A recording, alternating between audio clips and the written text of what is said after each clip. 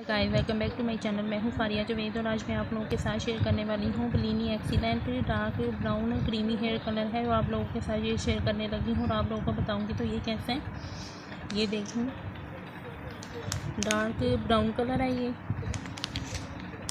No ammonia, ये rich creamy है। ये देखिए, इधर सारा तरीका लिखा हुआ है आप लोगों ने कैसे यूज़ करना है। ये भी देखें,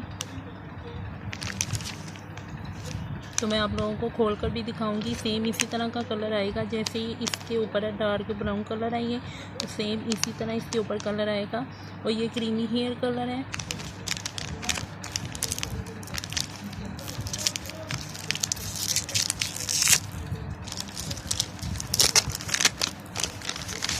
ये देखिए, ये डेवलपर है और ये क्रीम है। तो आप लोगों ने ये दोनों डाल के यूज़ करनी है। तो आपने इसको 30 मिनट के लिए रखना है लगा के। तो आप लोगों ने यूज़ करना है। लगाने से पहले आपने ये फोरहेड पे और कान के पीछे आपने थोड़ी सी वैसलीन लगा लेनी है ताकि हमारे ये माथे पे और कान के पीछे जो है वो कलर ना लगे। तो थोड़ी सी आप लोगों ने वैसलीन लगानी है, फिर आप लोगों ने इसको यूज़ करना है। ये देखिए, पैकिंग इसकी इस तरह की है।